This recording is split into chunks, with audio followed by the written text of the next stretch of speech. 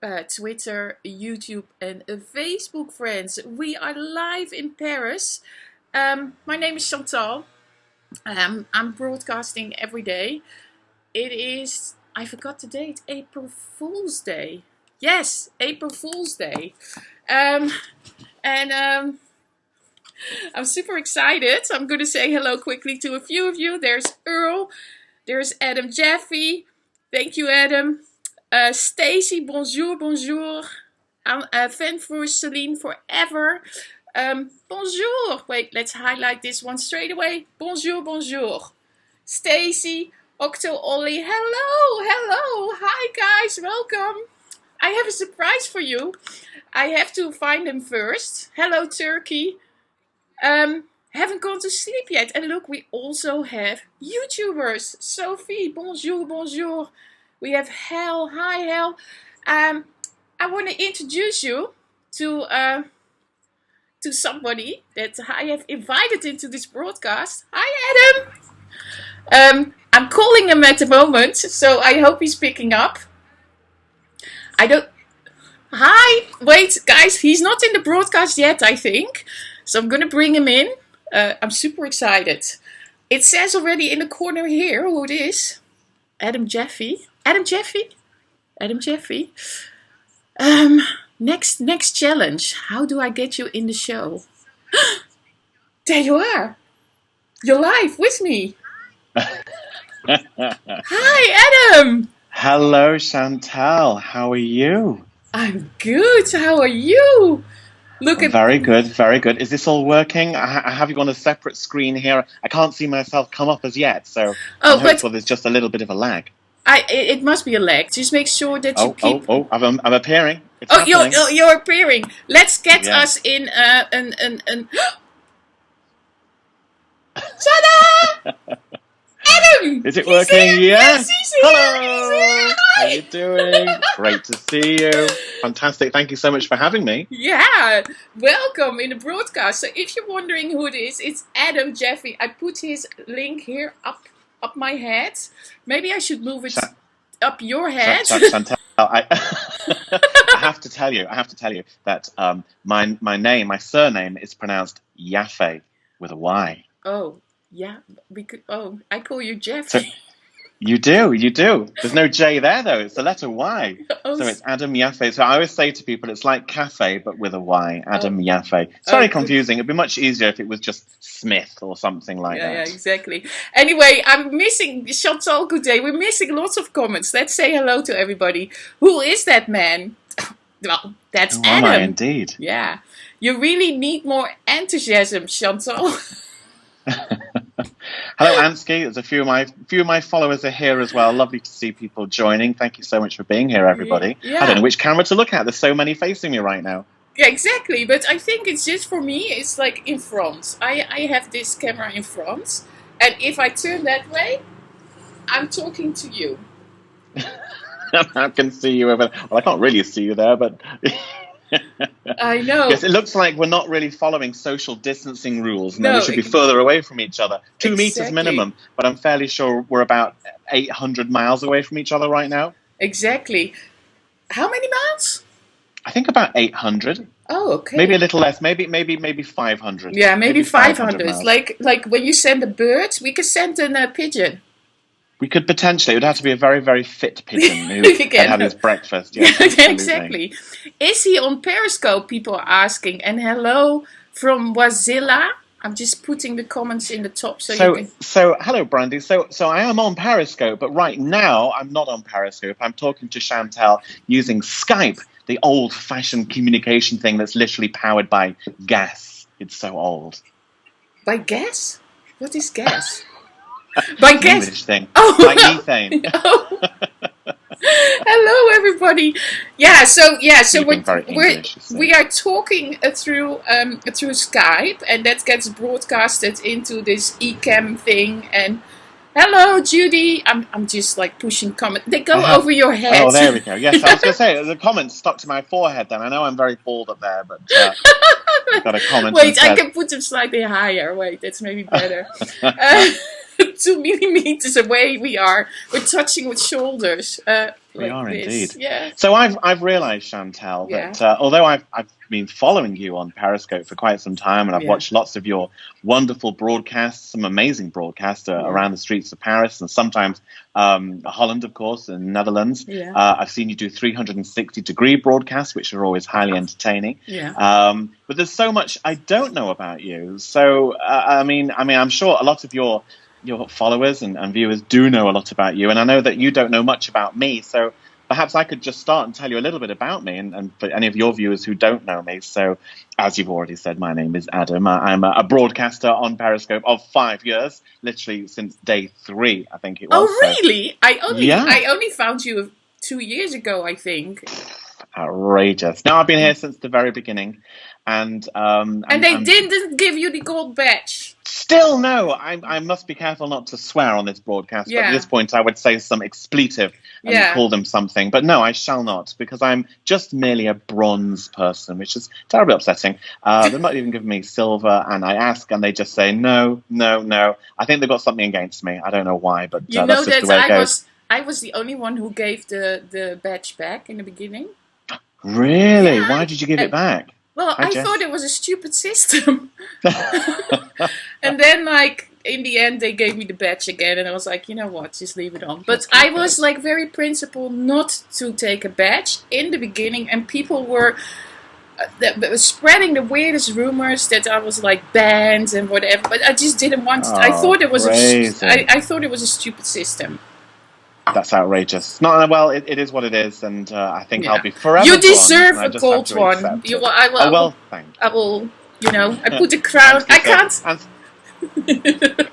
Ansky says, "How come no one's ever heard of me?" Outrageous. Ansky's one of the funniest people on Periscope, I might add. He's been keeping me entertained during this difficult time that we're all going through.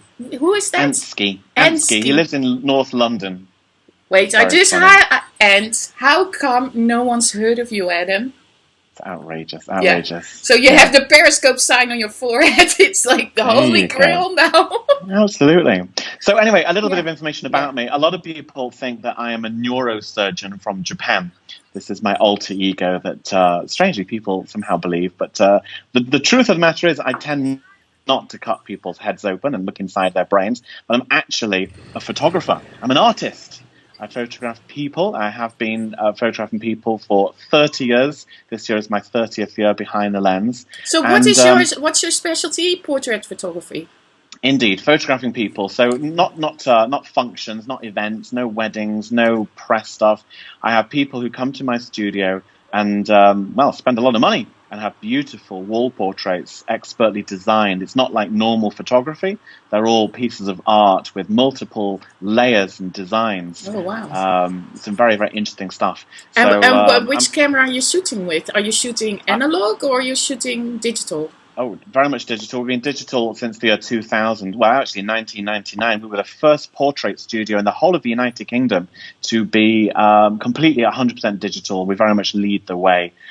We've lectured around the world. We've been in multiple magazines and media. We've been on TV with it. So very well known. I'm a third-generation photographer. So my dad and his dad also was a photographer. So I believe I'm the only one in the world. I've not discovered anyone else. Wow. Who does that? Yes, that's kind of cool. Wow. Who is Adam, says Carl. Who am I? It's unbelievable. So that's kind of my job. But of course, given the current horrific situation we all find ourselves in, I am now temporarily not working. Well, I am working because I've got my home office set up just behind me. It's just over there. That's my Mac set up over there. Yeah, that's great. My Mac is there. I brought my cameras home. I've got everything here just in case zombies are released and decide to take down every building. So at least I have things with me that are important. Oh, yeah, got to be careful. One never knows what's going to happen. Yeah, exactly. But bad times. How are you coping? You know, you're in Paris. You're in the center of a big city. I'm in a small village-like town. It's a little bit different. I mean, here in the UK, 350 people died today, which is just beyond awful. It's the highest death rate in one day. But I think in France, you have it worse. I mean, we have like I think like here it's over 500 the last day. But it's like I try to avoid like this like number thing, you know, with like how many deaths, because in the end we're all in the same situation. But we are so crammed on top of each other that we really need to stay home. So No, I try to minimize it. So yeah, I mean, as you can see, I can still look outside. I have 3 balconies, you know. So Beautiful view yeah, for you. yeah. So beautiful view and the sunshine because my husband is laying out, taking sun in the other room. It's just Very you nice. know, he's like, that's great. But Thanks, it's Carrie. yeah, but it's really like as I show in my morning broadcast is there's ambulances the whole day, what is very abnormal. Like when you hear the ambulances go all the time because they are going up the road because we have a hospital. So yeah, and I just had to get some pharmaceutical stuff for the lady upstairs and people are just they're so scared, you know, people are just, you know, it's a really weird apocalypse kind of vibe in the street, so it's It is. weird, yeah, it's It is. super It's very weird. much like a surreal situation. Each day I feel like I'm going to wake up out of some very bad dream, but then I realize, no, this is actually really happening. It's not a dress rehearsal. This is happening right now all around us, and we can't escape it. It's actually very, very frightening Yeah, and indeed. I think like here in the chat Thank you, because Carrie. we have lots of American people. I think we have lots of people watching at the moment. I don't know, I'm not even paying attention. The quality At is 100. the quality is amazing, eh? I'm I just think so too. oh Very wow, pleased with woo! We did a little test before, guys. We did. We practiced. We practiced just to see if we were Yeah. good in the screen and Yeah. stuff. Full dress rehearsal. Then we went Exactly, to full makeup. dress and after. But So okay, so I, yeah, here where I am, it's a little bit different to where you are. We're not in the big city; it's a little bit easier. We're still able to go out, sort of. We're supposed to go out just one person only. You shouldn't really leave the house more than once. They're just starting to knuckle down now on being a bit stricter in terms of the police. In fact, only yesterday, a woman was prosecuted because she got stopped by the police whilst driving her car, oh, and they said, "Where are you going?" And she said, "Well, I'm not going to tell you. It's none of your business." And because she would not say where she was going, and it could have just been to the shops, they prosecuted her and fined her £650, which is about €800 wow, in court today. So that happened. So wow. a lot of people are getting very bored and tired of being in their house, and so just going out for a drive, and that's being frowned upon, and people are being told it's just not allowed. And they're getting into trouble for it, which is a shame. But we can go out for exercise one at a time. I take my dog out once or twice a day. Obviously, you can go in the garden. We're very lucky here. We have a back garden that we can go into and soak up any rays that may or may not be shining. Right now, it's a little bit dull and overcast. It's also very cold. But going to the supermarket, I find it's a strange experience because we go out, not everyone's wearing masks, very few people, in fact. A lot of people are wearing gloves. I went out to Lidl yesterday and I wore a glove. I did have one. actually. It's horrific. I have one downstairs a little. We just were there, and Tim is like having little like papers with all the disinfecting stuff to hold the cart. You know, so Oh, that's very good. he's not even touching anything. So especially in the Lidl. But I went into Lidl and I was wearing my mask. I was the only person in the store, and there was a couple sort of stood nearish me, and I heard that the guy say to his partner, I heard him say, "Don't go near him." And clearly, you know, he thought that I was highly Contagious. made me feel awful. So terrible. And I find that no one now makes eye contact because clearly if you look into someone's eyes, you're going to catch the corona and die. And so like people are frightened to look down. I'm wearing my baseball cap now so no one can see into my eyes. It's strange. A very strange atmosphere. No one's talking. It's like we're all guilty for being outside. And it's very odd. But then you come home with your bags of shopping and you take out your fruit and your vegetables and meats and everything else, and then you suddenly realize how many other people have touched these packages, and then you're touching those packages, and then they touch your surface, and then they touch your fridge and your cupboards, and you can't help it. It's everywhere. You cannot stay away from this virus, and there's no way we're all going to stand there and sterilize every single packet. Or maybe we should. Hi, Doe. Hi, Doe. I mean, multitasking here. Yeah, multitasking. I'm seriously, I'm taking it very easy. Like I'm trying not to be paranoid when I'm outside. So I have a scarf, so I don't have any mask. So I take my scarf, I put it around, it's now 20 degrees outside, but I put it around my mouth that at least like I somehow have a distance. But here it's pretty, we are so dense on top of each other. You know, you see all the buildings and we're living on top and we have to be so careful. Even like in the hallway, I have no elevator, so I walk down, even if you grab the railing, you know. The handrail. everything is a source of, virus. I know, and I think we just have to accept that we are all going to get it at some point, and all that we're trying to do as countries is to, as they say, flatten the curve, just to let it last a little bit longer, so we're not all in the hospital at the same time, which is just horrific. It's a terrible situation, but it's the situation that we find ourselves in. Yeah. Aunt is laughing because I say scarves, but what am I going to do? I can also make myself. I have a sewing machine and cut out of my scarf a little piece and put it around. It's the same thing, Do whether we wear a scarf or a mask, I do realize they're not going to help us, because when you breathe in, the air particles, they suck in through the side. It makes you feel a bit better. I think it's more of a psychological barrier, personally. Yeah, exactly. I just think that if I'm walking down aisle number 7 by the bananas and somebody sneezes, I'm less likely to get their spittle in my mouth if I'm wearing a mask than if I wasn't wearing one. That's kind of how I look at it anyway. Yeah. So whether that helps me or not, it makes me feel... Well, now you really make me scared to go to the supermarket. Now I'm like, no. Especially when they're sneezing. Yeah, the sneezing thing. But also the touching and then touching. And oh, I know. Oh, God. But that the best way of keeping anyone away from you, if you're worried about people walking near you, is you walk down those aisles and just cough. Cough out loudly. And everyone will quickly leave that aisle and go to any other aisle they can find, and you will have the whole aisle to yourself, which 2 birds with 1 stone. So that's my top tip for shopping with the coronavirus. Do you guys understand now why Adam is my first guest for coffee? Because he's very lighthearted. I was like, well, no, Adam, he's very lighthearted. It's the English sense of humor that fits really well. So yes, now, I have got so many questions for you. Yeah, so many going. questions. So many. I don't even know where to start. So, according to your bio, did you know that your website isn't working? Yes, I know. Very disappointing. Makes it very hard, but I did it on purpose because I wanted to have it offline for now, just because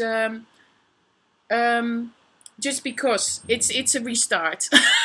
Okay. No, it is my website is on this one since 2012, and the info became very old. And as you don't know, but I am in the same area as you. I was for 14 years a photographer agent in Paris, so I represented photographers.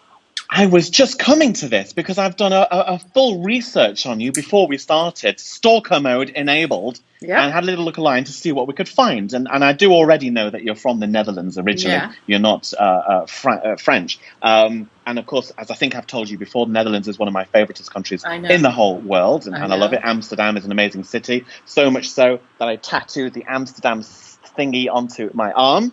You don't have your children. I put my child. Well, I will hide my. You put your child, Bobby. Yeah. Bobby, isn't it? I like the way you say your daughter's name, because you don't say Bobby, you say Boobie, which is of course another word completely.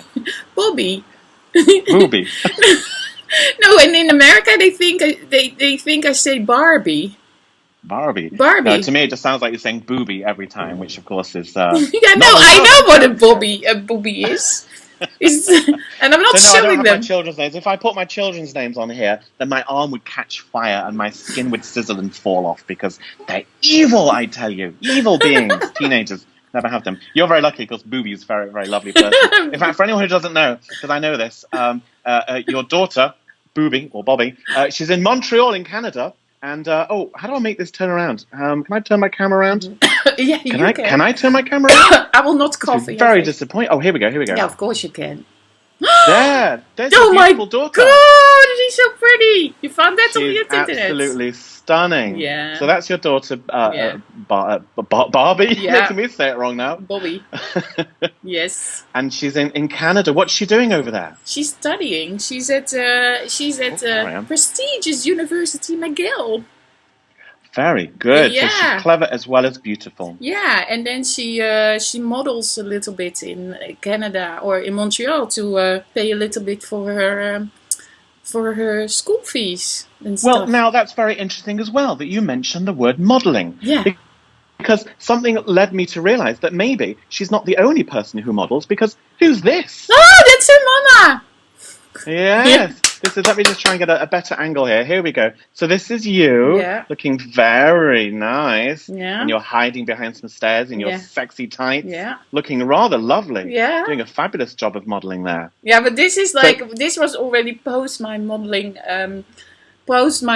career. That was just like a portrait photographer, famous Dutch portrait photographer, took that. He wanted to shoot some pictures with me and put your sexy tights on. And he made yeah. That's not the only picture I found of you. No, of course not. I'm very happy that you're revealing everything because I'm always hiding it. Yeah, no, I found this picture as well. I was like, we need a little context for this. And what's going on here? Who's this handsome devil? This beautiful young lady? I believe it's you wearing next to no clothes at all on a Parisian beach. Well, tell us a little bit more. Believe it or not, that's my husband. That's my husband. We met both as models. I have myself naked on the screen. We are actually in Zandvoort, I think, or Bloemendaal, somewhere there. 1994. We met in that was Amsterdam, 1994. Yeah, it is. It's. I'm really like I didn't expect all this to happen. We didn't practice this, guys. He like totally like. There must have been the Googling from yesterday.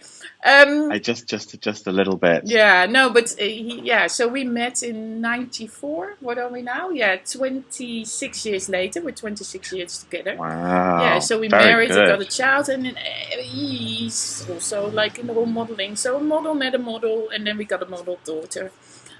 Fantastic. So, but now you're on your bio. It does say you're a fashion producer and model manager. What does that mean? Well, I was always also I was for 14 years. I was a photographer agent, but specialized fashion portraits and fashion portrait. What was the other? Photography, art. Yeah, I'm Carrie. Yeah, I'm like, what was I doing again? And art.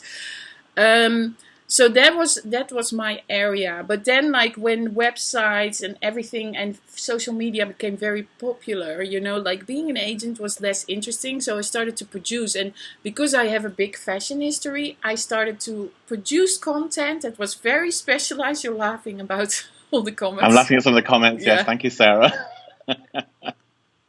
Like here we go, Adam. Well, if this doesn't get you your gold badge, not sure what. I don't know what else will. Exactly, gold badge for Adam. So yes, so fashion. So I produce like from fashion events to content, like a lot in photography, of course, but for Van Cleef & Arpels, L'Oreal. So Louis Vuitton. So I create. The productions, anything that's fashion related, but also for TV. So 3 years ago, I did a big TV show, which was kind of half based on Periscope, what I was doing, and it came on Dutch national TV, and it was very nice. So it was called Models in Paris, and I was still broadcasting. And this is how you ended up with the name of Chantal TV. Of your No.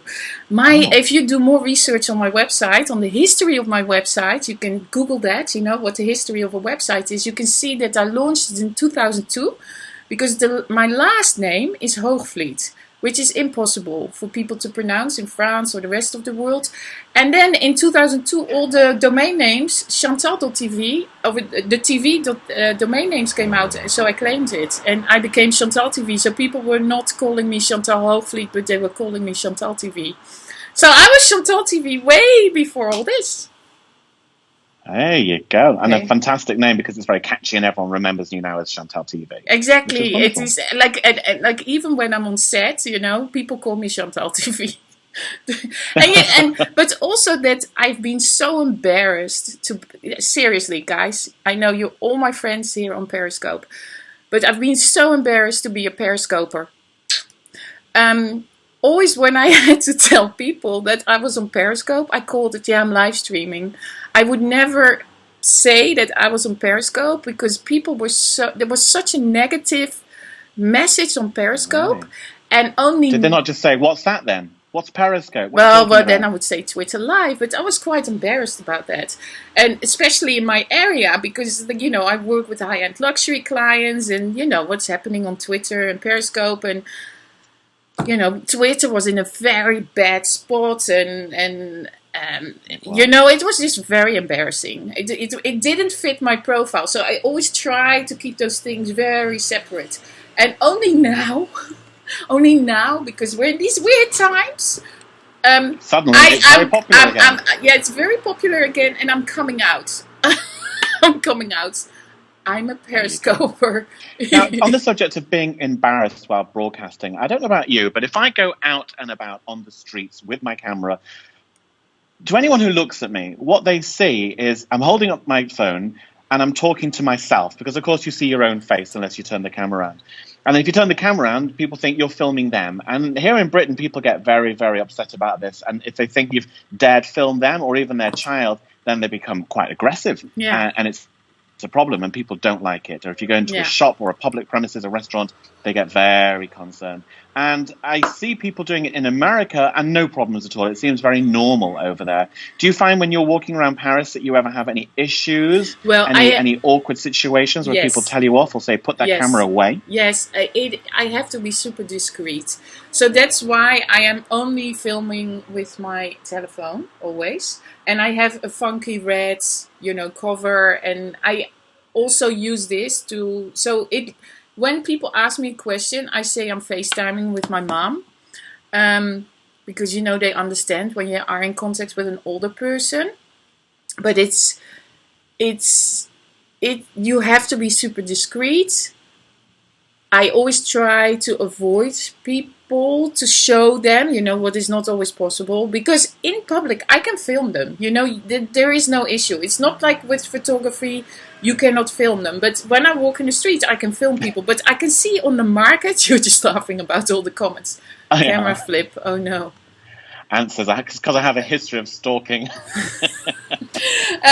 So the problem, there is a problem with that, especially on the markets and stuff. I try to be super, super, super discreet and only film the things. But if you look at the very famous YouTubers like Casey Neistat and stuff, when at the moment they walk into a shop or they walk into a public space, where they always lower the camera down. You hear their voices, but you don't see what they're filming. So even when I go through security here, I always lower my phone. So it's just it's an etiquette, It is. It's a strange thing, and it'd be interesting to see how it changes as time goes on.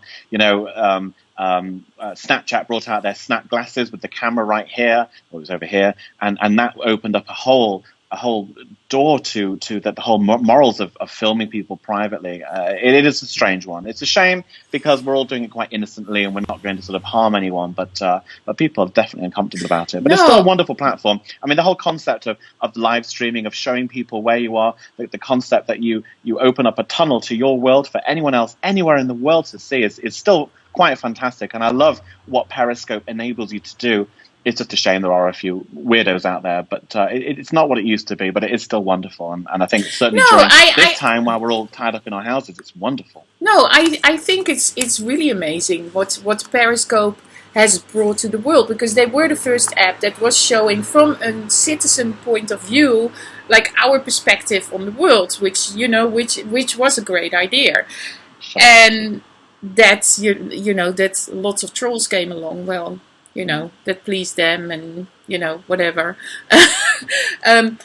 But I seriously think Periscope, now you can't think about the world without it anymore, because now we need this contact. Now we need to talk to people. Now this is just the way it is. And look, we're even using Skype again. Absolutely. Who could believe it? Who could believe it? Now, I've got some other questions for you. Oh my God, you really did. I was just I go live with Adam and have some fun, It's just varies. It's gonna. You'll see. First of all, I mean, you're in Paris, one of the world's most beautiful cities in the world. I love Paris. I've not been there for a few years actually, which makes me sad. I can't wait to come back. I will have to do that. But I've just got some questions for you about Paris. I've written some down. What are your top 3 favorite places in Paris? Palais Royal, Galerie Lafayette, and the Eiffel Tower. Oh, okay. What's the first one? Palais Royal is that, where they have the Buren like the black and white. It's a park, and it's a closed in environment. Lots of people don't know where. Lots of tourists never go there. While it's opposite the Louvre, but it's beautiful. There are beautiful roses. There are beautiful blossoms. It is a lot of locals that hang out there. It's just amazing. I really like that place because it's touristy, but it's not touristy. I think I've been there. Is it just tree lined with lots of benches, and it's very pretty? It's very pretty, but it has the shiny balls. My favorite item.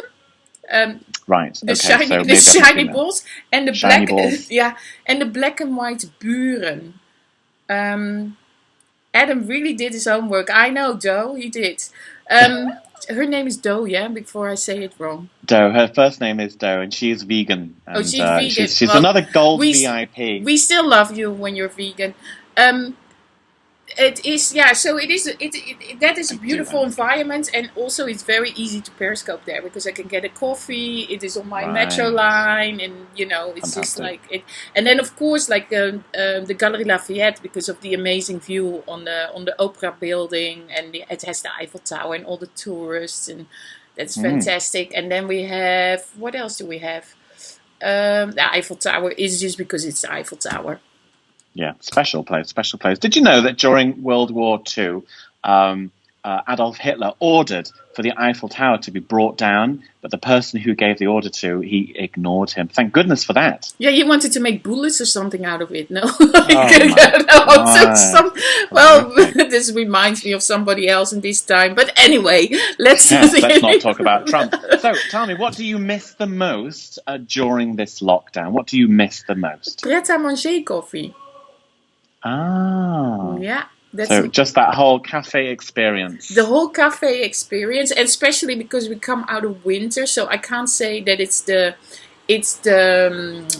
terrace, because the terrace was not really going on in the winter, but it is really the pret-à-manger experience. And pret-à-manger was English, and now it's Filipino, I think, what I understood, owned by Filipinos. But Filipinos, hear me, sorry people.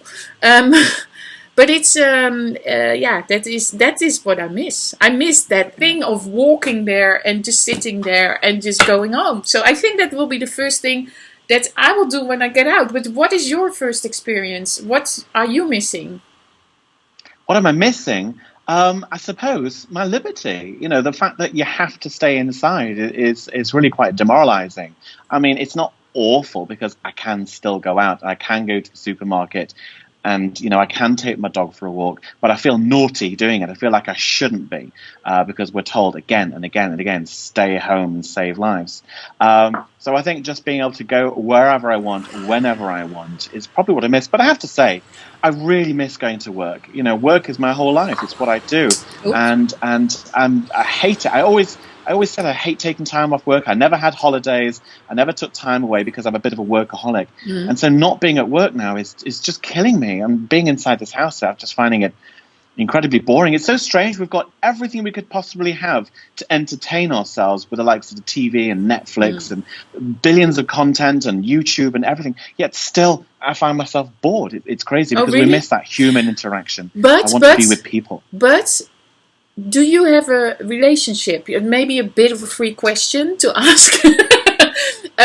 Because I know your teenage kids are not at home, you are home. So I live with my girlfriend as well. She's here right now. Okay. But she's working from home, so she's designated one of our living spaces into her home office. She has a job which it's all covered by data protection, so no one's allowed in the room. So she has the same hours. She does early shifts and late shifts. She does overtime, all in our living room, which is quite strange. So I say goodbye to her in the morning, and I don't see her till the evening. So, that's kind of interesting, guys. Don't say anything. But she's a spy. She's locked up. Anyway, no. But what I experienced. Hi, Bob. Hi, Bob. Oh, another gold VIP. They all come here. I get all the golds, but I just don't get the gold myself. It's outrageous. No, we will start that petition. You for gold. Yeah. They need to feature you. Then Absolutely. Because Absolutely. now there is enough people again on Periscope to get to the gold status. Yeah, because before there were not enough people on there. So now there's enough people. Hi, Andy. Andy is Andy, yeah? I always think Andy is Bob the Boulder, yeah? I don't know. I don't know who Bob the Boulder is, I'm afraid. Well, in terms of his name, that is. Bob the Boulder. Yeah, but I have to say, like for me and my husband, it's quite nice finally to spend time together in the house. Because he's always out for work. He works in the fashion industry as well. So, but he has very irregular times he's working. Then it's late, then it's early. It always drives me crazy. And now we're finally together in one house. Which leads me on to my next question, is what do you enjoy most about being locked down? And perhaps that is what you enjoy the most. Yeah, that we actually spend time together. And we are not one of those couples that get in a divorce after this. That's very good. Yeah. Because unfortunately, there will be an awful lot of people who will get divorced during this and after this. And unfortunately, I do know factually, certainly here in the UK, that the level of domestic violence has shot up with a lot of nasty, nasty men beating on their wives, which is awful. But it was guaranteed to happen. And I feel also terribly sad for children who are locked in their houses, who also get abused by their parents, who would have been in a school environment with some safety. Yeah. It's terrible. And that has to be the worst of this. No, I really feel like, of course, wives, husbands fighting is not good, but for those children, also the alcoholic consumption of some people just goes through the roof. Just to relax, to like feel better, and they have no idea. And I keep saying I need to drink more. Actually, I can drink as much as I want now, and I keep not doing it. I should really take this opportunity of having a glass of wine a little more often. Yeah, but like it seems to be when people are not in a social situation, it's less interesting to drink. But for other people, like you're obviously a social drinker, I hope. Yes. That's the conclusion I just took. Like, I've started drinking in my broadcast. I find that works quite well. I can speak faster and get through the comments quicker, so that works. I totally missed the comments here on the side, guys. I'm not ignoring you. I'm trying to be a good host, and he's such a good interview. She's totally ignoring you, everyone. Yeah, I'm ignoring everybody. So sorry. I know that you guys are talking to each other, so I hope keep each other entertained. Yeah, they enjoy it. Yeah. It's great. Yeah, they are. All right, okay. I'm going to change the subject now a little bit just to talk about going back really to broadcasting, because we were talking about being on the street and the embarrassment side of it. I want to know, you personally, because you do so much live streaming, is what do you feel you benefit from most of all? In the most basic way, why do you do it? What do you enjoy about it? What do you personally get from it? Because it's not like anyone's paying you to do it. And it's a question I ask myself. Well, for me, that question is very easy to answer. Basically, I turned 50 last December. My daughter fled the nest. She is so I'm an empty nester, and lots of women, they actually get in this creative mode. They start to paint, and they start to do this, and they start to do that. What I found in broadcasting is, I can make okay pictures. So I could have gone doing that. Painting is not my thing, but this broadcasting to first of all to interact with everybody, second of all to figure out how it all works, because I know kind of how it works, what you do as well. It's just a creative. For me, it's a creative outlet. For me, broadcasting is a creative outlet, and also what I noticed, like in these times. Because the people are great, and there's a very great community. Thank you, guys, everybody. There's a very great community around it, and it's just nice to have that interaction and to do that. In the meantime, I'm strong enough of a broadcaster that I can actually consult people to do stuff. So in these times, lots of people want to go live. So I've been helping people with the YouTube and with the setting up home classes, like in the yoga, so that's all, you profit now of those kind of situations, so you can continue with that. So that's what I like. What do you? That's fantastic. I did lose you for a little bit then, but I got the majority of what you're saying. What do I get from it? I just love the social time. I love that we have a lot of fun in our broadcasts, a lot of silliness. As you know, we do a few quizzes. Yeah, the quizzes. My broadcasts are very, very structured. Generally, usually when I'm working, I broadcast at 6:15 a.m. GMT every single morning. So I get up at 5 a.m. to do it, which is a huge commitment. No, because I see that you are live before I wake up, and I'm like, wow, whoa. I'm like, that is a real routine. Yeah. But that's good. People think I'm crazy. So we do the same thing, and we have a particular type of quiz, and we do Jeopardy on the I have to say that quietly. We have coffee, we have body time. People get to choose my coffee and my snackety snack, which is all it's brilliant, and it's a lot of fun. And it's 45 minutes to the second every time, and it's so very you have frenetic. A clock. I have a clock. It's on the wall right there, so I sort of keep a tab on that. And, okay, good. And as we count down, and the final thing that we close every broadcast with is a game of Countdown, which is a 30-second game where you got to do an anagram. So it's a lot of fun. But I also very much like going out and doing something totally different, something like this, having a chat and just chatting with people. But I've made a lot of friends. And in fact, my girlfriend, who I live with, I met her on Periscope. So great things can happen. Yeah, you didn't know that little nugget of information. Gee, man, this is a dating app. So many people found their partner here. So many Periscope. I'm like, oh my god. Oh my god. I'm like, crazy. well, did she just come into your broadcasting like, hey chick, I like you? No, friends at first. We chatted for quite some time, so it was a couple of years before we had a relationship. My last question though was about what do you feel you benefit, and then I wanted to go on to something which we can't forget, which is embarrassing or awkward things that have happened. And you have spoken about when people look at you, but some particularly embarrassing things I know have happened to you regarding curbs. Would you like to sort of just remind me of exactly what happened? Yeah, this is like a little bit over a year ago, and Earl can call that one back as well. I was doing well, if you do 360 scopes, like I have like one of these with a phone in it, like there's like this with a phone, and I have another phone, and I'm walking on the Champs-Élysées and I'm talking in 360, and I step off the curb and I walk to the other side, and somehow they built like this new like biking thing, and I just tripped. And all I could think of was like, shit, my cameras, my 360, keep them up in the air. So don't smash the lens. Don't smash the lenses. So I just went and I totally ruined my pants.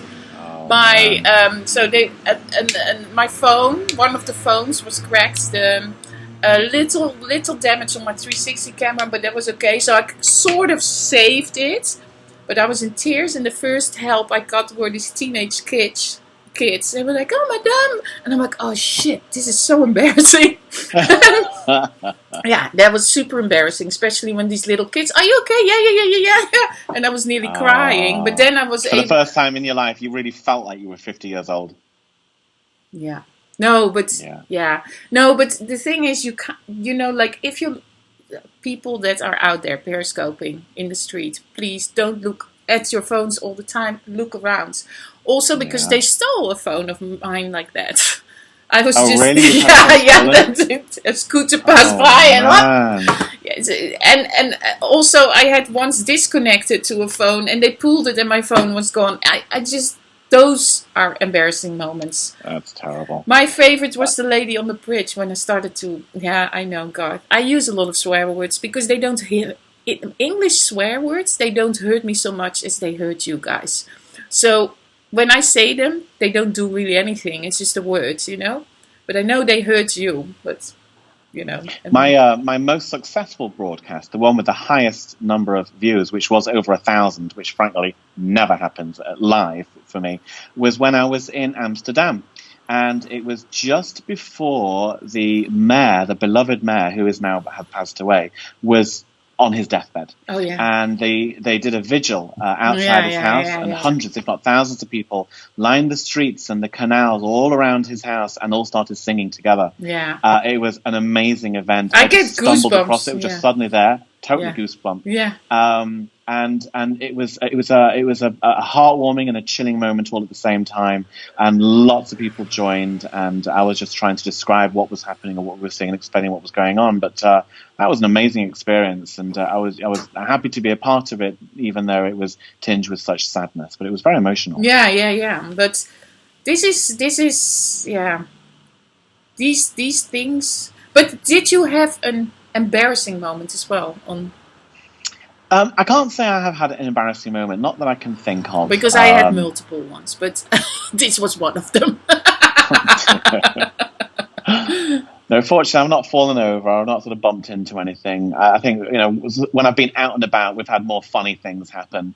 Like there was a particular time I went into a supermarket and I put my phone into my coat pocket so that just the camera was exposed. And I knew that everyone could hear me, but I couldn't see any comments, but we'd have a little bit of fun with it and go in and just sort of have a giggle. But what I didn't know is that while I was walking, as I went to the shop, the phone just kind of dropped and it went into my pocket. So for the viewers, it was just blackness. They could still hear me, and they were all talking to each other and pretending they were all squashed in my pocket. And it was one of the funniest things I've ever watched back. That's certainly in my sort of highlights of funny things that have happened. Nothing particularly embarrassing. Now, another question for you. Back to Paris, obviously where you live, a beautiful, beautiful city. Paris is world-renowned, of course, for many things, none other than its cuisine, beautiful French food. Can you tell me about any of your favourite places that you eat, that you love in Paris? Well, then I come back to one of my favorite places that I just highlighted because of the coffee as well, and that was like Earl was highlighting that Café Saint-Régy, because Café Saint-Régy just has a great burger. First of all, because in France when you get a burger, it's steak haché, it's pure meat. There is nothing mixed in, so it's pure meat. Proper food. There is no mixing of whatever. So that is really nice there. And it is the center of Paris. So Saint-Régy is one of the top places. Garth knows it. Earl knows it. Claire goes there all the time. It's just a fantastic little place. Then do you know what the number one restaurant is on TripAdvisor in Paris? Well, you can send a lot of trolls to those kind of things and they get top score, so I don't know. Which one is it? It's called La Table de Colette. La Table de Colette. So that is probably near Place de Colette. Rue de Place. Rue La Place. It's in Rue La Place. Do you know it? But I think it could be is that in which arrondissement? Can you see that? Oh, I think it was from memory, I think it was number 6. Okay, that's left bank. Remember, we have left bank, and right bank. When you're right bank, you don't go to the left bank, and when you're left bank, you don't go to the right bank. There is a thing. This is one of their meals. Now, if I went to a restaurant and I was served that, I'd be very disappointed. And that's probably €100 for that microscopic amount of food there. Yeah. I mean, look at this. I don't even know what this is. And that just looks like a small amount of tomato ketchup. They actually refer to this as a mille-feuille, which is nothing like a mille-feuille. Literally nothing in my life has ever. So it's a dessert. So there would be a little caramel drop or something. Something like that. Yeah, I'd be very disappointed if someone served. Yeah, no, but I have not a wallet to go all the time to those kind of places. Yeah, but basically in Paris, any restaurant which is not a tourist trap has just good food, because the French just eat well. They can't serve crappy food. So just make sure you're not in a tourist trap. If you're in a tourist trap, then, expensive. If you see, from the outside, you see the Indian guy in the kitchen, and it's a French restaurant, then you kind of already know that that's the tourist trap. Yeah, you're not anything against Indian people, but... it's just or Pakistani or whatever where it's from. How long have you lived in France for? Guess. I'm going to say 25 years, half your life. Nearly 23. Oh, it's very close, very close. Yeah. So you know Paris very well. The right bank. the right bank. No, basically, I grew up in Le Marais. Because I live right next to Le Marais. Bobby went to school there. that is been our home ground. So, it's basically all districts. So you know your own districts. Yeah. But you would say that you know Paris well. Well, I always say I'm not a tour guide. But you're quite confident that you know Paris. No, I know well. because I cycle and I cycle around. I know it. I'm going to take this as a yes, Chantal. The reason I asked the question is knowing your dislike of fun games and quizzing. I've created my very own Paris quiz just for you to test your actual knowledge on the city you live in and love, to find out just how well you know it. Oh my God, guys, I need help. Yes, I need help. I need help. I have to switch You can see the comments, and then I'm going to switch my Periscope on. Oh my God! Yes, you may confer. So, question number 1 for you, Chantal: how many stop signs are there in the city of Paris? I'm assuming you know what a stop sign is. Yeah. Then you go down the road, and there's the sign. They're usually sort of hexagonal, and it says stop, or whatever stop is. And in Montreal, little thing, it says arrête, not stop. Yeah, it doesn't say. It doesn't. Yeah, there you go. Just for how many in Paris? How many signs? How many stop signs are there? And all the streets of Paris put together. Your best guess. Okay, my best guess. So we have 20 arrondissements. Like, let's say 200. 4,000? 4,000's your guess? Yeah. Just to see if anyone else wants to sort of throw a guess in there. It's a very good educated guess. I'm sure I would have probably picked a number very similar to that. Yeah. I'm just waiting to see if anyone else. Unfortunately, there is a good 30 to 40 second lag here. So, yeah, exactly. It's going to take a little while just to get those answers coming in, but it's curious. Do you recall driving around and seeing many on your or cycling and seeing many? Wait. Well, no cheating. Don't be Googling. She's having a look out the window. She's having a look out the window now. Hopefully you're not going to Google anything. That's okay. No, I don't see any. I was worried you were Googling, but you didn't Google anything. No. I just went to take a look outside if I saw any signs, but I don't see any signs outside. Well, I'm going to reveal the answer to you. Somebody says 8,000, 4,500. Oh, you're seeing comments faster than I do then, because I'm not seeing any of those yet. The actual answer to the number of stop signs in the whole of Paris is... 1? 1. No. 1 stop sign. Where is it? I did consider writing down the address. It's actually just outside a commercial building, and the owners wanted it put there, so it was put there. So yeah, no, Tim, my husband just gave the answer because he drives a lot through Paris, and he says maybe none. That's what you see. My husband gave. Oh, is he watching this as well? Yeah, he's on YouTube. Hello, Tim. Maybe he can. Very good. Tim. Let's see if he's dressed and he can say hello. All right, let's move on to question number 2. Taxis. Taxis are a very important part of any city life. When we get A to B, you need a taxi. But the question to you, Chantal, is if you want to become a taxi driver in Paris, how much are you going to have to spend on a license? Tim, I need your help. Tim, wait, Tim, I know. It is a license cost. Is it 25,000 euros? 25,000. Is that your final guess, Chantal? I have to. Can I ask support on the other side? Does he know? Is he a taxi driver? Yeah, he's a taxi driver. No, but I will ask. He's on here. You can just type the answer. Tim, please give me the answer. You started with 25,000. Unfortunately, I can't see anyone else's answer as of yet. 25,000. Phone a friend. I can have a helpline. He's in the other room. He's taking sun. I know. I don't know what he's doing there, so I can't. Love says nothing. She thinks perhaps it's another trick question. Not sure. Free. I'm afraid. He says. Not sure. I'm afraid. Okay, I say 25,000.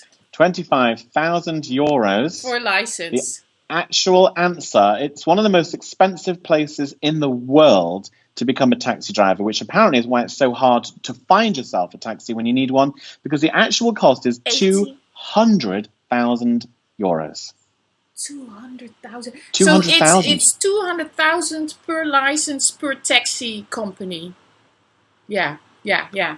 Well, per person, yeah. So wow. Yeah, if you want to become one, that's what you need to spend, which is an unbelievable amount of money. I can't understand it, but that's what it said. Yeah, because that's why this whole Uber thing, of course, was such a drama. Because they pay nothing. Yeah. Outrageous. So I was only 25,000. It was still like it was. You were very close. You got a 2 in there, so you got a couple of points. Got a 2. Let's discuss architecture just for a moment now. For the next question is, can you tell me the name of the oldest bridge in Paris? And I think you're going to know this one. The oldest bridge. I think I only know where it is, and it is the one next to the Notre Dame. But no. It's the Pont Neuf. The Pont Neuf. Or not? Meaning the new bridge. New bridge. Neuf is not 9, is it? It's new. No, the new bridge. Ironic that it should be called New Bridge when it is in fact one of the oldest bridges. In fact, it is indeed the very oldest bridge in all of Paris. Well done, you got that correct. Smart girl. There were bridges before it, but they were made of mud and wood, and so they didn't really count. But in terms of the first actual stone build, which is still there today, is indeed the Pont Neuf. Yeah. Well done. Oh my God, I was so happy I had the question right. I'm very happy about that. Okay, I think this one is probably very, very simple, and you'll know the answer instantaneously. However, can you tell me what is the most visited, as in tourist, visited site in Paris? Now, don't jump in, just think about it first. What's the most visited tourist site? I have 2 places. So there's 2, and I have to make a choice. So it is either it's a tourist site, so it's either the Eiffel Tower or the Louvre. So it must. He's like keeping a very straight face. Poker face. No, it's not the Notre Dame. Oh, they are still answering questions. Yeah, answering the previous ones? The previous ones. So the most visited. I know that the Louvre is the most visited museum, but is it also the most visited? Would it be the Eiffel Tower? I would go for the Eiffel Tower. Eiffel Tower is your answer? Yeah. Pan Am Style says it's Notre Dame. But that's the only answer we've got. I can't see any other answers. Have you seen any other answers from anyone else yet? I see Eiffel Tower, Notre Dame. If someone had asked me, the absolute first... it is the Louvre! It's the Louvre! I changed! It's the Louvre! Oh, first rule of quizzes, first answers only. Alexis says it's the Eiffel Tower. Love says the Eiffel Tower. Centre Pompidou says Annie Abbey. Centre Pompidou, no. However, the actual correct answer is the Notre Dame. But you can't visit it. Well, not right now because it's burnt down, but prior it's the Notre Dame. If I'd have said that in the question, then you'd have known the answer. So, I kind of hoped that you might have just said that. Oh, well. I would have assumed it was the Eiffel Tower. I know that Père Lachaise is the most visited cemetery in the world. You see, I'm not a tour guide, guys. That's okay. Girl, it's just good to know what knowledge you have. Yeah. I see. Right, I didn't say that I was the one, but my husband is like standing there. Like now, he moved into the room. Now he's interested. Yeah, now there he's interested because we have games. He might know this one. I feel this next one. I feel more men would know than women, as sexist as that might sound. And you're gonna have to guess the answer. The question is, how heavy is the main bell in the Notre Dame? And I'll give you a clue. It's very heavy. No, I know. How heavy do you think it is? I think I know it. Is it like... I think it's like 4,000 kilos. Well, I'll give you a little clue. I'm looking for a number in tons. Oh, in tons. Do you have tons? Yes. Yeah, so if it's tons, 4,000 kilo is 4 tons. So... 4 tons. Does it make 4 tons? No, that's not enough because that's just a big car. The heaviest bell in the Notre Dame. 4 tons, maybe more. The main bell. Okay, we go for 6. 6 tons. Mm-hmm. I'm sort of hopeful for some other answers coming in, but alas, so there it's a little bit longer. 1 ton, somebody says. 5 tons, says Robert. Curtis says it's 1 ton. I mean, a ton is very heavy. I think a big car, a saloon car, is like 1.5 to 2 tons. Yeah, exactly. Is it really going to weigh more than a car a ton or 2? is 1,000 kilos, so 4,000 kilos is 4 tons. Alexa says £20,000, but I can't do the conversion, I'm afraid. No, and then Petra says 30 tons, that's 30,000 kilos, 10 tons. 5 tons for Scotsman, 2 tons for half Sherman, 100 tons is love. No, yeah. My goodness, that's more than a fully laden 747 aeroplane. Okay. The actual answer is 13 tons. 13 tons. Well, 6 was not too far away, but that's as you may say. 13 is 13 tons, Tim. 13,000. Sounds pretty heavy. Pretty heavy. And how many bells are there? That I've no idea because I don't live in Paris. You might know that though. No, I don't know. I'm asking you. I think you know everything about Paris because if I say something about Paris, suddenly they have all these questions. What's that building? How old is it? Because for me, everything is old. Everything. Everything is old. Well, can you tell me, next question now, this one might be more up your street, I don't know. What alcoholic drink, it's a good start, what alcoholic drink was created at the Ritz Hotel in Paris? Tim, next question. Which alcoholic drink is created in the Ritz Hotel of Paris?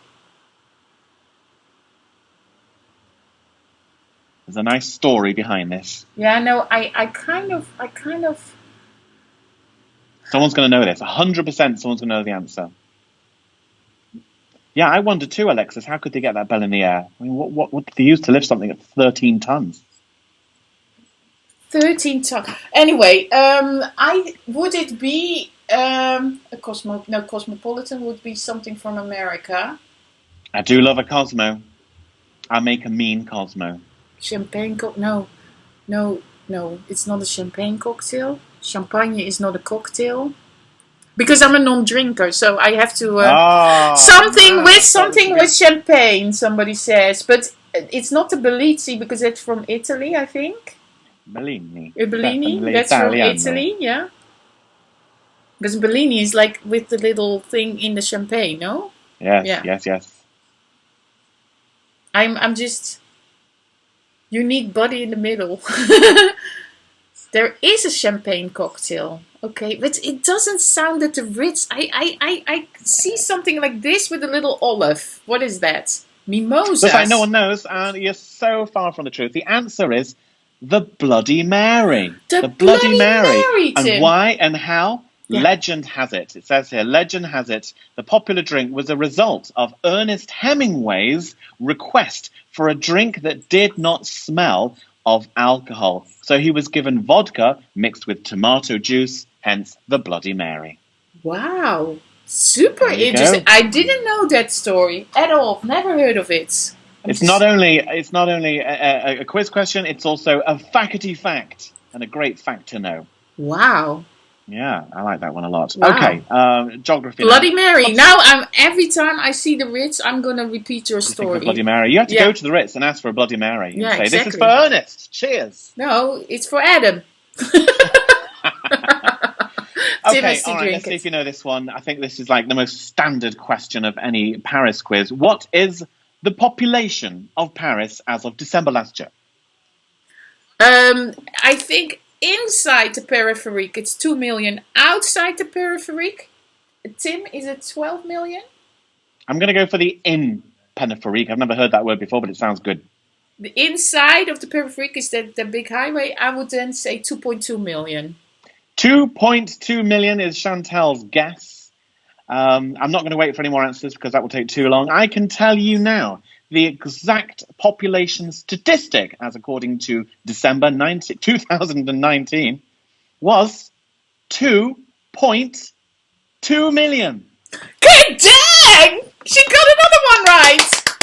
Nice. Well, you can do your applause noise now. Oh, do your applause noise. Yeah, wait. Yeah, okay. Here it comes. Oh, wait. Get ready, everyone. Delayed. Yeah, no, it's delayed. Wait. We forgot all these noises. Like when I know it, I should go like. But I don't hear it. I should have made the noises when I know the answer. Yes. The triangle noise would have been good if you got one right. Yeah. Okay. All right. Let's move on. Okay, but then move on. We have more questions. Oh yes, I mean move on to the next question. Oh, okay, yes. move on. I was just going to ask you a question. Yeah. We discussed the Eiffel Tower before, or La Tour Eiffel. Yeah, La Tour Eiffel. Yeah. La Tour Eiffel. Yes. Can you tell me what year the Eiffel Tower finished its construction? When did the Eiffel Tower construction finish? When was it complete?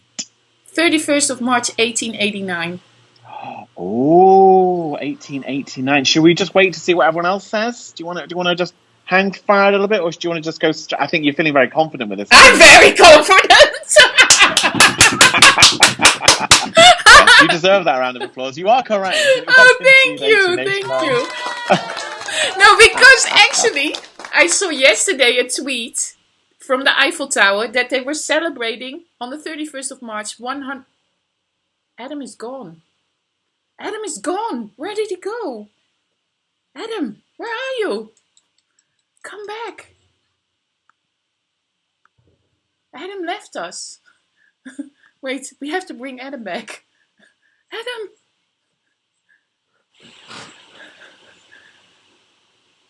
Hello, wait. You know what happened? I'm sorry, we're gonna bring you back. Hold on. Let me see if... Yeah, I broke your broadcast. Okay, you're back in the broadcast. There you are. In. There we go. So sorry about this, everyone. Wait. Shall I tell you what went wrong? Because it was entirely my fault. Yeah. I'm so sorry, but I'm wearing Apple AirPods, and it seems that after you wear them for a little while, they start to fall out your ear. So I was pushing it into my ear, but in doing so, I pushed the wrong bit, which was disconnect call. So my sincerest apologies. At least we didn't lose you. You're back. You didn't lose me. You see, I'm back. Are we both on screen? Because on my screen it's just me. And I think maybe it's just not updated. Oh, we are together again. Look, that's good. That's good. Here. You see, like so it was just like pushing some buttons, and then it's. That's fine. So you got the question right. The Eiffel Tower was indeed the construction finished in 1889. So well done. That was, because I saw the tweet yesterday of the Eiffel Tower. Very good. One more question about the Eiffel Tower for you. Let's see if you know this one. And I think we should let everyone have an answer as well, and we'll sort of get to the closest, because it's going to be one of those things. How many steps does the Eiffel Tower have from the bottom to the top? Because there are publicly accessible steps. Tell me what number. I'm hopeful everyone is going to answer this one. So whatever number you think it is, guys, just type because it at the bottom, we'll see who gets the closest. Because I walked up so many times. Have you? Yeah, I walked it up, and it always tells me the steps. Oh my goodness! How long did it take you to climb? Oh no, it's just like 10 minutes to the first floor, 10 minutes to the second floor, and then like they don't let you climb up to the third, to the last one. So. Oh, okay. Well, this must be then. I mean, my question was to the top, but I don't know if that means publicly accessible steps. Okay, but I have to think like. So 10, 100, I think it's 650 to the first floor. Let's say 1300 to the, let's say 15. Well, to the second. 520. I think to the second floor probably like 1250 or something. I think. Did you say 1250? Yeah, 1250 to the second floor. 1250 for Chantel. So 1200. Just remember that number there, and we're just going to have a little look to see what everyone else says. I've had Jeff said 500. I've not had any other guesses yet. I don't know if you can see any before. I can. See 1750. 1750 for Annie Abbey. I see 520 from Jeff. People are still typing. Type, guys. I can't believe you walked up. It sounds quite a challenge. No, is it exhausting? Kids do it. Really? But you know why the best? This is like one tip. These days it's very hard to buy tickets to get onto the Eiffel Tower. Well, now not at all. But if you're coming back to Paris, you can order on the same day to walk up, and it's also a lot cheaper. It's €10. So. Oh, okay. Like when it was cheaper, it was even only €5 or €6. But the last year they brought it up. So yeah. €10 to give yourself a heart attack of exhaustion. The actual answer is 1,665 steps. Wow, I was close. No, I was You not. did very well, actually. You said 1250. No, that's not bad. enough. I saw somebody said 1898, 1470. Wow, yeah. Oh, so Dean was the closest then. Yeah, but that is to the second floor, not to the top. Because to the top, it's 300 meters. That was open to interpretation then. Yeah, 300 meters, whatever. 300 something meters. Wow, interesting. And the next question is my final quiz question for you. And it's a triple answer quiz. A triple answer question, rather. Okay, do you enjoy films? Yeah, but if I am an expert, I wouldn't say that, but yes. Can you name me, or can anyone name me, the top 3 French-spoken films as per the Time Out magazine? The top 3 French films of all time. Oh, God, I have them probably here in my collection. Amélie? Well, Amélie, I have to say, is my all-time favourite film in the world. I love that film more than any other film. And that one appears at number 6. Oh. Great we started to go Amélie. Okay, I'm all disappointed now. French-spoken films. Gee. I named my daughter after Amélie. Oh, nice. Yeah, the Blue Lagoon. No, not the Blue Lagoon. Le Bleu, Le Grand Bleu. The Grand Bleu. Is that in the thing or not? No. Not. Damn. What do they put? It must be something old with like black and white. It's certainly not a current film, put it that way. It's a tough one, this, isn't it? Jaws. No. Classic French film. Yeah, classic French film. Jaws. Love, love, love. So the colour blue. You see, like I, because I'm not married to a Frenchman, so I don't have this romantic thing about French movies. No. It's a half one. I thought someone might know. I thought someone in here might just be able to name one of them, but so far, not one. Not one. It won't be long before the Googlers, of course. The Googlers are coming on. The Google. I shall tell you in reverse order. In at number 3, The Passion of Joan of Arc. That was from 1927. It's not one I've seen personally. Number 2, La Règle de Jeu. Okay. I've never heard of that one either. That's from 1939. No. And the top film of all time, according to Time Out magazine, a top French film, is Les Enfants du Paradis. Okay. Les Enfants du Paradis. I said that wrong.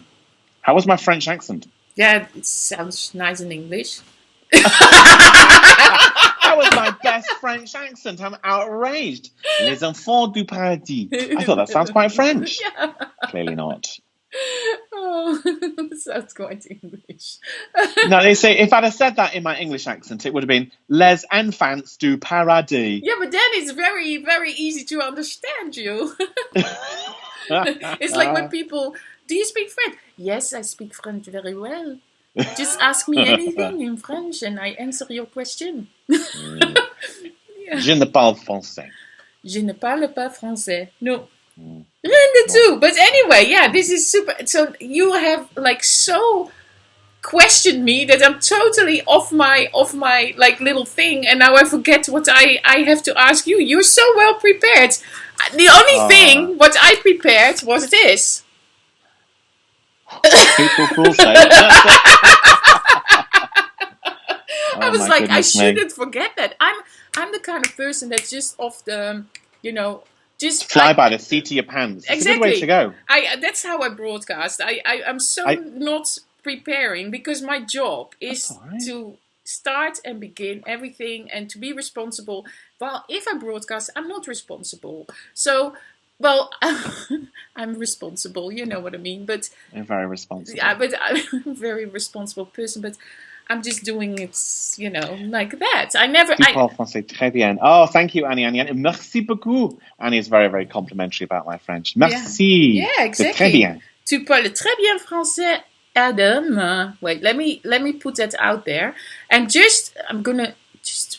I just wanna do something here. Sorry. So, Adam's handle. Look. I'm just doing this while I'm live. Look. Adam Yaffe. Yeah. You see My that? name up over here. What? Get my name here. You want your name there? At Adam Yaffe. You can type it in as a little text overlay, and then people can follow me. Yeah, no, but I had it there the whole time. Oh, wait. Oh, did you? Yeah, no, but I had it in the other corner, but with the... Oh, yes, I see it in the red thing. Oh, yeah. Yeah, I had it there all there. I had it all the time, and now I'm moving it. Yeah, so... But I want to make it shorter, but it doesn't work to make it shorter. Nope. It's flying around now. Yeah, exactly. And then like we can put it on your nose but Adam, but this was like kind of like this was kind of my thing about this. Now you've experienced this yes. broadcast.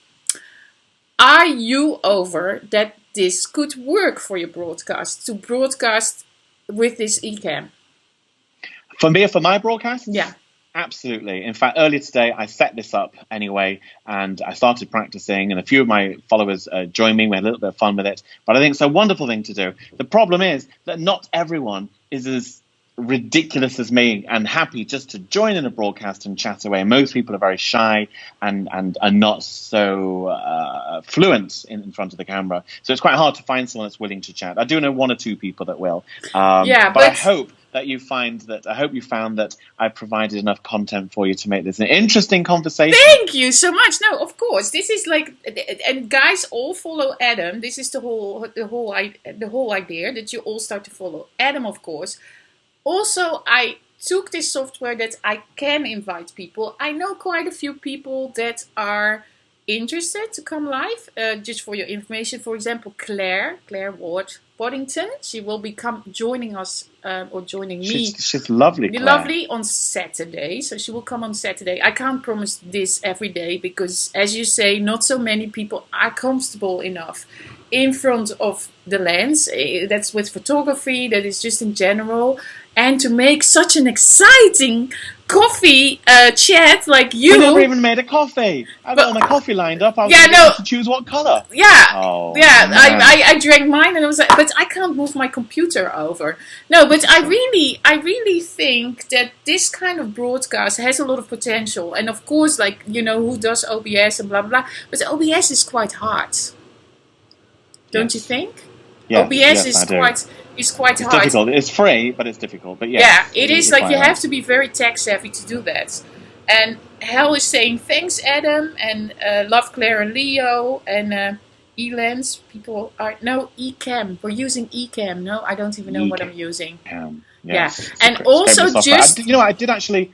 Oh, go on. Yeah, just for many of you, I know on Periscope, lots of people always want to use everything, like when they broadcast for free. When you broadcast on with this kind of stuff, it costs money. So it is not for free. You need, when you start to use Producer, you have to invest in software or in extra camera or, so it is not like just an app and you go live. It's a lot of work and a lot of research, and you know that as well. So I just hope that people understand that. So if you say, which app is this? And I get that a lot, and then I say the app, and then they ask me 100 questions, which is very nice, but it's a big commitment to do something like we're doing now. Yeah. It's a big commitment. You need at least 3 devices. You really need good microphones and lighting and content. Content is king, as they say. But yes, the app is called eCam. Yeah. But, and it's very, not very free. complex. And it's not free. There is a free version, but I'm sure, Adam, when you start to use it, that you're like, damn, I don't want that logo. I need to do my own thing, have my own logo and have my own thing. And especially what you do, I'm sure that you can, like advance in that so far. But as you use this, of course, you have a lag in the comments with the game. Yes. So it's not good for gaming in that sense. No. But there'll be other things we can do. It becomes a little bit more of a monologue.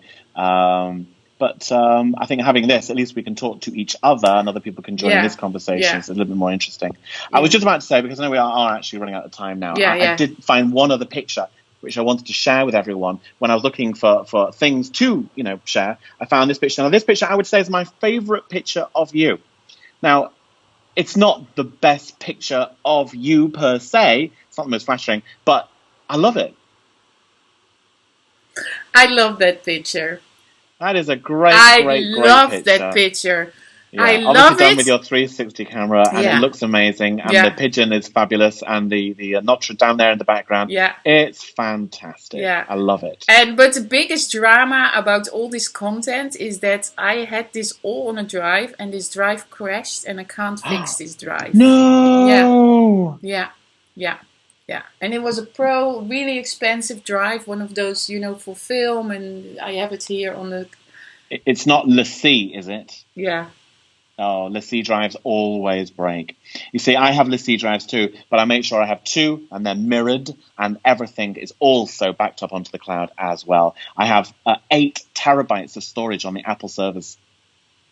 No, I'm just, you have no idea. I was crying. Like, this is Trust me, I do. December 2018, and I just hope that one day they can recover. I don't know, because if I want to recover it now, it's a fortune. And I just so much content went, and I was just like, oh, shoot.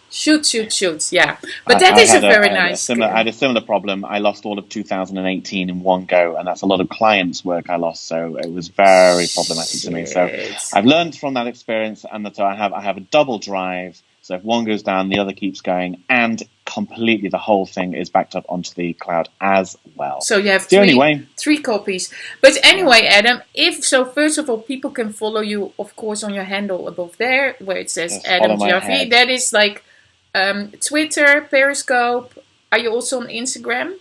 Instagram, Facebook, Snapchat, all of them. I just use the same, because there are no other Adam Yaffes that do anything like this. So I've always got my name as my handle. So good. And where can people see your work? Where can people see my work? They can see it, and I will type this in now as a comment so that you can then stick it up. Yeah. So it keeps retyping my name incorrectly. So hold on, let me actually make it work correctly. So my company is called Yaffe Photography. Yaffe being my surname. There it is. There's the comment. If you want to stick that up on. There you go. I will just put it a little, I put it on your forehead there. So that is the website. That's the website. So you just do a simple Google search for Yaffe Photography, or it's yaffephotography.com. So that's nice and simple. And then you can see all my work and what I do. Website and Facebook and Instagram and everything else. So, my computer is so slow now that I'm trying to type it in, but I don't want this to crash. Oh, wait. There we go. Yeah. That's my username. Yeah, I tried Yaffe Photography, you said, yeah? Yes. Just see if it comes up. Let's see if we can still show this in the broadcast. Oh, love. Thank you so much. Says this was an inspiration, and thank you. Oh, thank you so much for being here and watching. Yeah, thank you so much. Look, it's coming up. And then there is one button I should be able to push, and then we can show that. Oh my God, my internet, because of the Skype, the computer becomes very slow. That's why I also, because normally you can have 6 people in here, eh? You can have 6 people in the Skype, but that's not going to work with it. Your computer probably can handle that. My computer can't. Oh, okay. But your website coming, oh, there it comes. Have you made your own logo, by the way? Have I made my own logo for the company? Yes. Yeah, nice. Thank you very much. I'm going to secondary. I'm also a graphic designer as well, so I do all of that. Oh, cool. Wait. Can you see it? I can't see it as yet. It's delayed on my phone, but I'm sure everyone else can see it. I can see at least like a part of the website. Like I'm not going to try to do any fancy stuff. Corona's information. Oh my God. You had to put that all on there. There it is. Yes, because we had... Oh, that's my website. Yeah. There we go. It's very nice. Clever. Yeah, very nice. Well, I didn't specially put this all I can do this, of course. Let me just see if that works. It's all nice and big now. Yeah. Wow. Yes, we've had to temporarily close our doors. We have a lot of customers and a lot of orders that we're going through, and everything's had to go on hold, which is very, very distressing, but that's how it has to be. Wow. So that's what I do. That's what I produce. I produce portraits of people, families, children, couples, adults, dogs. Oh, look at that little baby. That's so cute. Very cute. No, but that's good. So we have seen all that. This was fantastic. I cannot thank you so much for this wonderful coffee time we had, and I really want everybody to follow John, Peter, Stacy, Alexis, Balbina, You see, great guy, and every morning he's live before I am live. So you are live at 7, basically. Well, no. Since the coronavirus closed my business, I've not been getting up at 5 a.m. So I've been doing slightly sporadic broadcasts, 2 or 3 a day. I seem to be going live at around about 9 p.m. UK time, 10 p.m. for you in Europe, which is roughly sort of 3 or 4 Eastern Seaboard in America. But yeah, once we get back to normal, we will go back to the usual broadcasting times. Okay, and because I'm broadcasting now at 8:35 a.m. on the balcony, what is 7:35 a.m. That's for right, you? yes. So normally that would be after you, yeah? Yeah. Normally that would be, yes. Normally I would finish at your time, 8 a.m. Oh yeah, because I start at 8:35. Yeah. Okay. Yes, yeah. Okay. So yeah. So we can just make a whole schedule. No, exactly. First Adam, then me, so they can all watch it. Yeah. Eventually, we'll have a button we can just hand over all our viewers onto the next channel. Yeah, exactly. But we need to get you that gold badge. That's Thank you, Kim. Well, that would be lovely. I'd love to get that, but I don't think it's going to happen. But I just have to accept it. You know, it doesn't matter. I've got the most wonderful followers, as I know you have as well, and people are incredibly supportive and kind. I have the same people come back to me every single day, and we have a lot of fun, and people send me lovely things, and it's just fabulous. So really enjoyable, and I'm so grateful for everyone that does join me each and every day. And I implore all of you to go and follow Chantal as well, who does, as you now know, wonderful content as well. Because we had the most amazing guest that totally took it over and asked me everything he wanted to know, which is fantastic. I love it when somebody has that initiative and just go for it. And I'm sitting here, just it's happening. And my husband walked into the room because he noticed that something special was going on. So I want to say thank you so much. And we're going to close the broadcast. So I see you guys later, 8 o'clock for the clapping. 9 o'clock or 10 o'clock tonight is Adam's turn. So follow Adam, and we see each other all later. And thank you so much for this wonderful broadcast. Thank you, Adam. Thank you too, Chantal. Bye-bye. Au revoir. Au revoir.